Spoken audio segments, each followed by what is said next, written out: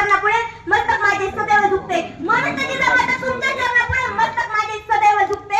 माझे नाव संस्कृती अप्पा पवार. मी आता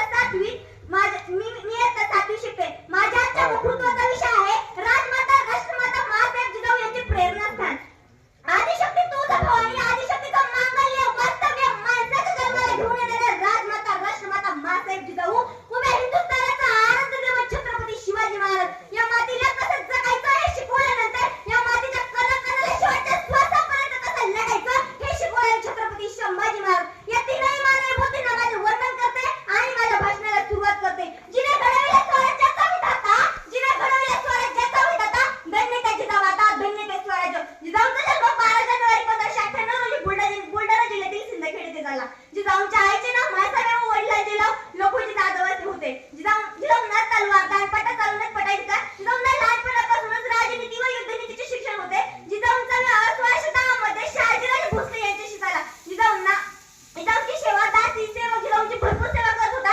एका दिवशी एका दासीने जिजाऊंना विचारले, साताराचे सरकार तुम्हाला काय खावंसं वाटतं? तुम्हाला कशाचे डोळे लागले आहेत? तेव्हा जिजाऊ म्हणतात, मला भरभरून रफेट मारावीच वाटते, तलवार दांडपट्टा चालवावं वाटतं, वाघावर बसून मोगली सत्ताचा खटपा करावाच वाटतं. मग मला सांगा, अशा मातेच्या पोटी कोण जन्माला येणार? अखंड हिंदुस्थानाचा आनंद देवत छत्रपती शिवाजी महाराजांना या वाघिणीने जन्म दिला. म्हणून महाराष्ट्राच्या प्रत्येक भगिनीला सांगते, शिवचरित्र हे वाचायला हवे तरच आपल्या पोटी कर्तृत्ववान पुत्र जन्माला येईल. शिवचरित्र हे वाचायला हवे तरच आपल्या पोटी कर्तृत्ववान पुत्र जन्माला येईल. एका पाकिस्तानाचा घोडा वाचायला लागला, साखर वाटायला सुरुवात झाली. एका पाकिस्तानाचा घोडा वाचायला लागला, साखर वाटायला सुरुवात झाली. सिंहाकडे करते, मेघ करते, मला टोका नेत्र नसते, देख शिवशंकर का रोज रूप नेत्र नसते. हिंदवी के करते, किंकारी सुलगुटी, किले के कदार से कलाकार गुंज उठी. शेरनी के कोक से एक बालक ने जन्म दिया. शिवाजी ने खुद का विश्वसुधा को बेच दिया. शिवाजी ने खुद का विश्वसुधा को बेच दिया. रणधर में उत्साह, पर्वत कोसव, पत्थर कोसव, अशा या गोड वातावरणात छत्रपती शिवाजी महाराजांचा जन्म झाला. छत्रपती शिवाजी महाराज जिजाऊंच्या संस्कारात वाढत होते.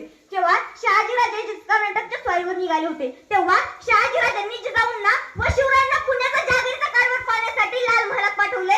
तेव्हा जिजाऊ व शिवराय पुण्यात गेला. पण पुण्यात होतं कारण मोगली सत्तांनी पुण्यात बेचिराग करून टाकलं होतं. घाबरलेल्या लोकांना जिजाऊंनी परत पुण्यात बोलवलं.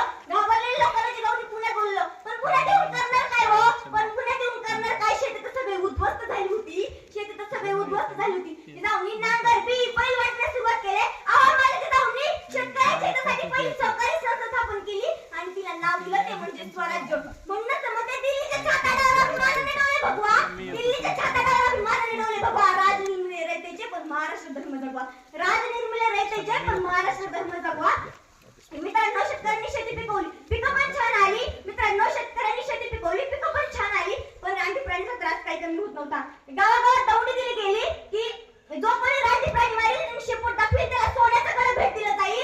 जो कोणी रानटी प्राणी मारेल आणि त्याला सोन्याचं कड भेट दिलं जाईल. अशा एका मध्यरात्रीचा कळस झाला. एका तरुण बाळपोराने लांडगा मारून खंडर घेऊन आला. जाऊ त्याला म्हणाले, अरे मी फक्त तुला शेपूट दाखवायला सांगितलेलं, तू शेपूट दाखवला तर तरी पण मी तुला सोन्याचं कड दिलं असतं. तेव्हा ते पोरगं चाटकीशीने उत्तर देतं, अहो साहेब, मी हा लांडगा सोन्याचं कड मिळावं म्हणून नाही आणला, तर मी हा लांडगा माझ्या पाठीवर कौतुकाची थाप मिळावी म्हणून मी हा लांडगा आणला. माझ्या शेतकऱ्याचं मन खूप दिलदार आहे हो.